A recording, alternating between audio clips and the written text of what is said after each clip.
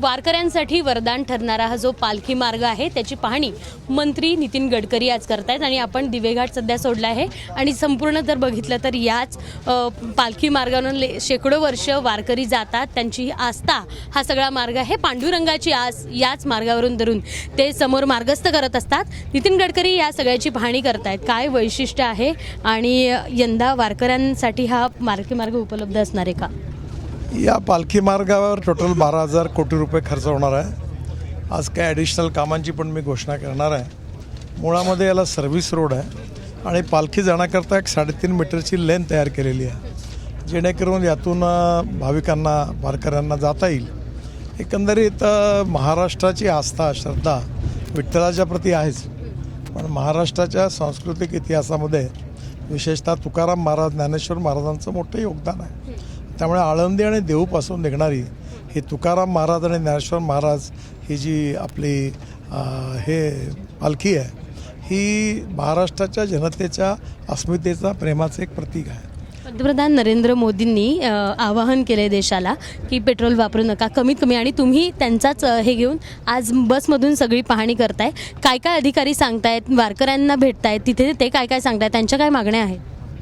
पहिली गोष्ट अशी आहे की आपल्या देशात 87% आपली एनर्जी म्हणजे पेट्रोल डिझेल आणि गॅस आपण इम्पोर्ट करतो आणि युद्ध परिस्थिती जी झाली त्यामुळे खूप नुकसान झालं, रेट वाढले आहे, येत नाही आहे माल।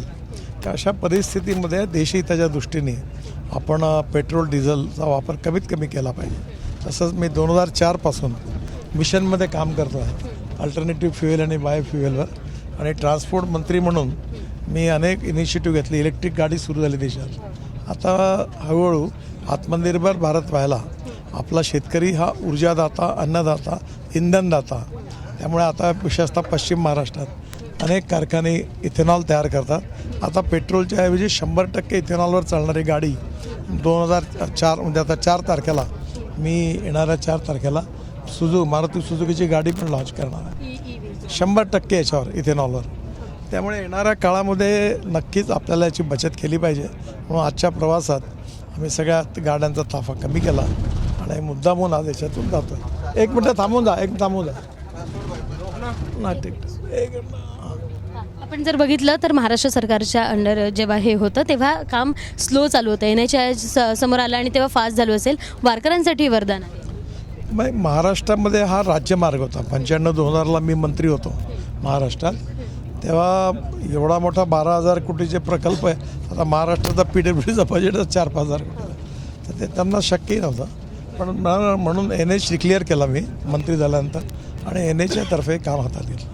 फक्त महाराष्ट्र सरकारच्या ह्याच्यात होतं म्हणून काम थांबलं होतं किंवा स्लो झालं मला म्हणायचं नाही। मुळामध्ये अनेक प्रकल्प महाराष्ट्रात मी जवळपास 5 ते 6 लाख कोटी रुपयाची कामं करतो आहे आणि सगळी कामं करताना स्टेट हायवेचं कन्व्हर्शन NHमध्ये केलं आणि त्यातून महाराष्ट्र सरकार आपल्या परीने काम करतं। ग्रीन कॉरिडॉर हवं तुमची इच्छा होती, त्याचं काही होणार आहे? नक्की। याच्या दोन्ही मार्गावरून जवळपास 50,000 झाडं लागली आहे, 400-450 ट्रान्सप्लांट झाली आहे। प्रत्येक ठिकाणी तुकाराम महाराज ज्ञानेश्वर महाराजांचा इतिहास, लोकांच्या अशा प्रकारच्या अनेक गोष्टी केलेल्या आहेत। या सगळ्यामुळे हा मार्ग एक सुखद, आनंददायी आणि एक समाधानी प्रवास हा वारकऱ्यांना मिळणार आहे।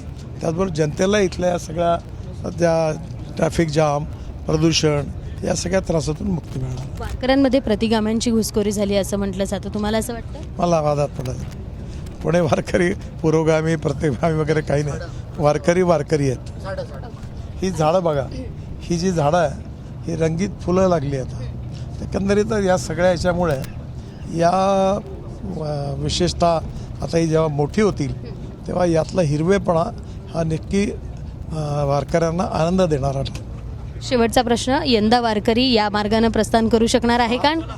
80% काम जवळपास पूर्ण झालं आहे। 6 महिन्यात हा मार्ग पूर्ण होऊ असा मला विश्वास आहे। यंदा वारकऱ्यांसाठी आनंदाची बातमी आहे, कारण जो कठीण टप्पा होता दिवेघाटाचा तो चांगल्या पद्धतीनं त्यांना पार करता येणार आहे। अर्थातच हा पालखी मार्ग येत्या अनेक वर्षांसाठी असाच सुलभ आणि सुकर राहणार अशी अपेक्षा आहे। कॅमेरामन अमोल गवाळेसह शिवानी पांढरे, ABP माझा, पुणे। ABP माझा, उघडा डोळे बघा नीट।